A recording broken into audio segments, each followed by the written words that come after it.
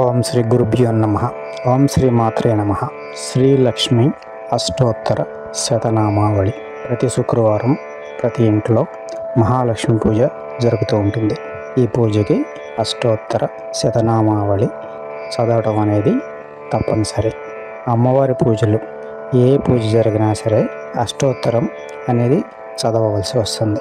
అందుకనే ఈ అష్టోత్తరాన్ని 2 భాషల్లో, సంస్కృతంలో, తెలుగులో ఇవ్వడం జరిగింది. ఈ అష్టోత్తరము ప్రథమంగా సంస్కృత భాషలోనే రచించబడింది. అందుకనే సంస్కృతం నుంచి తెలుగులోకి ఇవ్వడం జరుగుతుంది. సంస్కృతం కూడా నేర్చుకోవడానికి చాలా ఈజీగా ఉంటుంది. ఒకసారి ప్రయత్నించి చూడండి. ఇప్పుడు శ్రీ లక్ష్మి అష్టోత్తర శతనామావళి. ఓం ప్రకృత్యై నమః. ఓం వికృత్యై నమః. ఓం విద్యాయై నమః. ఓం సర్వభూతహితప్రదాయై నమః. ఓం శ్రద్ధాయై నమః. ఓం విభూత్యై నమః. ఓం సురభ్యై నమః. ఓం పరమాత్మికాయై నమః. ఓం వాచే నమః. ఓం పద్మాలయాయై నమః. ఓం పద్మాయై నమః. ఓం శుచ్యై నమః. ఓం స్వాహాయై నమః. ఓం స్వధాయై నమః. ఓం సుధాయై నమః. ఓం ధన్యాయై నమః. ఓం హిరణ్యాయై నమః. ఓం లక్ష్మ్యై నమః. ఓం నిత్యపుష్టాయై నమః. ఓం విభావర్యై నమః. ఓం ఆదిత్యై నమః. ఓం దిత్యై నమః. ఓం దీప్తాయై నమః. ఓం వసుధాయై నమః. ఓం వసుధారణ్యై నమః. ఓం కమలాయై నమః. ఓం కాంతాయై నమః. ఓం కామాక్ష్యై నమః. ఓం క్రోధసంభవాయై నమః. ఓం అనుగ్రహపరాయై నమః. ఓం బుద్ధయే నమః. ఓం అనఘాయై నమః. ఓం హరివల్లభాయై నమః. ఓం అశోకాయై నమః. ఓం అమృతాయై నమః. ఓం దీప్తాయై నమః. ఓం లోకశోక వినాశిన్యై నమః. ఓం ధర్మనిలయాయై నమః.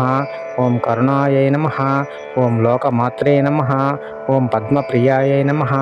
ఓం పద్మహస్తాయై నమః. ఓం పద్మాక్షయై నమః. ఓం పద్మసుందర్యై నమః. ఓం పద్మోద్ధవాయై నమః. ఓం పద్మముఖ్యై నమః. ఓం పద్మనాభప్రియాయై నమః. ఓం రమాయై నమః. ఓం పద్మమాలధరాయై నమః. ఓం దేవ్యై నమః. ఓం పద్మిన్యై నమః. ఓం పద్మగంధిన్యై నమః. ఓం పుణ్యగంధాయై నమః. ఓం సుప్రసన్నాయై నమః. ఓం ప్రసాదాభిముఖ్యై నమః. ఓం ప్రభాయై నమః. ఓం చంద్రవదనాయై నమః. ఓం చంద్రాయై నమః. ఓం చంద్ర సహోదర్యై నమః.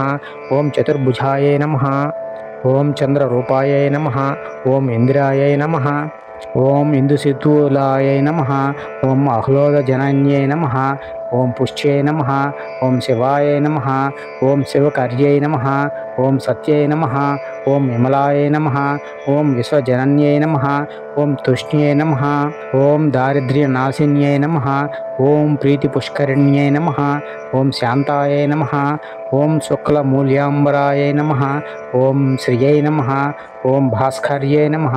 ఓం బిల్వనిలయాయై నమః. ఓం వరారోహాయై నమః. ఓం యశస్విన్యై నమః. ఓం వసుంధరాయై నమః. ఓం ఉదరాంగాయై నమః. ఓం హరిణ్యై నమః. ఓం హేమమాలిన్యై నమః. ఓం ధనాధాన్యకర్యై నమః. ఓం సిద్ధయై నమః. ఓం స్త్రైణ్యై సౌమ్యాయై నమః. ఓం శుభప్రదాయై నమః. ఓం నృపవేశ్మగతానందాయై నమః. ఓం వరలక్ష్మ్యై నమః. ఓం వసుప్రదాయై నమః. ఓం శుభాయై నమః. ఓం హిరణ్యప్రాకారాయై నమః. ఓం సముద్రతనయాయై నమః. ఓం జయాయై నమః. ఓం మంగళాయై నమః. ఓం విష్ణువక్షస్థలస్థితాయై నమః. ఓం విష్ణుపత్న్యై నమః. ఓం ప్రసన్నాక్షై నమః. ఓం నారాయణ నమాశ్రితాయై నమః. ఓం దారిద్ర్యధ్వంసిన్యై నమః. ఓం దేవ్యై నమః. ఓం సర్వోపద్రవవారిణ్యై నమః. ఓం నవదుర్గాయై నమః. ఓం మహాకాళ్యై నమః. ఓం బ్రహ్మ విష్ణు శివాత్మికాయై నమః. ఓం త్రికాలజ్ఞానసంపన్నాయై నమః. ఓం భువనేశ్వర్యై నమః. ఓం వరలక్ష్మీదేవతాయై నమః. ఇది శ్రీ లక్ష్మీ అష్టోత్తర శతనామావళి సమాప్తం. ఈ లక్ష్మీ అష్టోత్తర శతనామావళిని మీ నిత్య పూజల్లో చక్కగా పారాయణం చేసుకుని శ్రీ వరలక్ష్మీదేవి అనుగ్రహాన్ని పొందగలరు. ఓం శ్రీ మాత్రే నమః. ఓం శ్రీ గురుభ్యో నమః.